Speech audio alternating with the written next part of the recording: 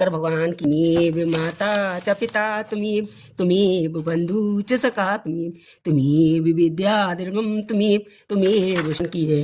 दोस्तों आज हम कथा आगे की सुनाइए शिव पुराण। बोलो शंकर भगवान। तत्पश्चात समय के पूरे होने पर भक्ति ज्ञान वैराग से युक्त और चंचला ने अपने शरीर को बिना किसी कष्ट के त्याग दिया। इतने में ही त्रिपुर शत्रु भगवान शिव का भेजा हुआ एक दिव्य विमान दूत गति से वहाँ पहुँचा और जो उनके अपने गुणों में संयुक्त और भांत भांत के शोभा सादरों में संपन्न था। चंचला उस विमान पर आरूढ़ हुई और भगवान शिव के श्रेष्ठ पार्षद उसे तत्काल शिवपुर में पहुंचा और उसके दिव्यांग सारे मूल धुल गए और मल धुल गए। दिव्य अवधारणी दिव्यांगना को हो गई थी। उसके दिव्य अवश्य अवयव उसकी शोभा बढ़ाते थे।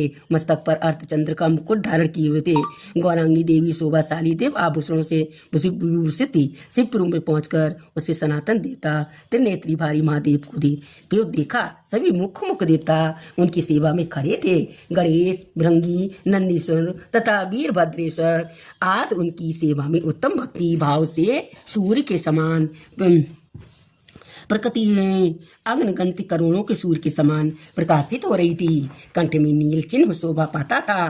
5 मुख और प्रत्येक मुख में 3-3 नेत्र थे। मस्तक पर अर्धचंद्राकार का मुकुट शोभा था और उन्होंने अपने बाम बाग में गौरी देवी का बिठा रखा था जो विद्युत पुंज के समान प्रकाशित थी। गौरीपति महादेव जी की कांति कपूर के समान गौर थी। उनका सारा शरीर स्योत भस्म से भासित था और शरीर पर स्योत भस्म शोभा पा रहे थे। इस प्रकार से परम उज्ज्वल वस्त्र शोभा पा रहे थे। इस प्रकार परम उज्ज्वल भगवान शंकर का दर्शन करके वह ब्राह्मण पत्नी चंचला बहुत प्रसन्न हुई। अत्यंत प्रीति युक्त होकर चंचला बहुत खुश थी क्योंकि विमान पर बैठ के वो गई और शंकर भगवान के दर्शन करे, इसलिए वो बहुत बड़ी खुश थी। उसने बड़ी उतावली के साथ भगवान शंकर को भी प्रणाम किया और फिर हाथ जोड़कर बड़े प्रेम से आनंद और संतोष से युक्त हो विनीत भाव से खड़ी हो गई। देख रही और उसके नेत्रों से आनंद स्वरूप को विरल धारा बहने लगी। अश्रु और संपूर्ण शरीर से रोमांच हो गया। उस समय भगवती पार्वती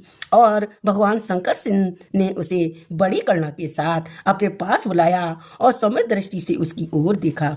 पार्वती जी ने तो दिव्य रूप धारणी बिंदु प्रिया और चंचला को प्रेम पूर्वक अपनी सखी बना लिया और वह परम आनंद में ज्योति स्वरूप सनातन धन धाम में अविचल विनाश पाकर दिव्य सौम से संपन्न हो गई। अक्षय सुख का अनुभव करने लगी। दोस्तों कल आपको और पढ़कर कमेंट में जरूर लिखिएगा, अच्छे पढ़ते हैं। और आज अध्याय 4 समाप्त हो गया। कल आपको 5वां अध्याय पढ़कर सुनाएंगे। बोलो शंकर भगवान।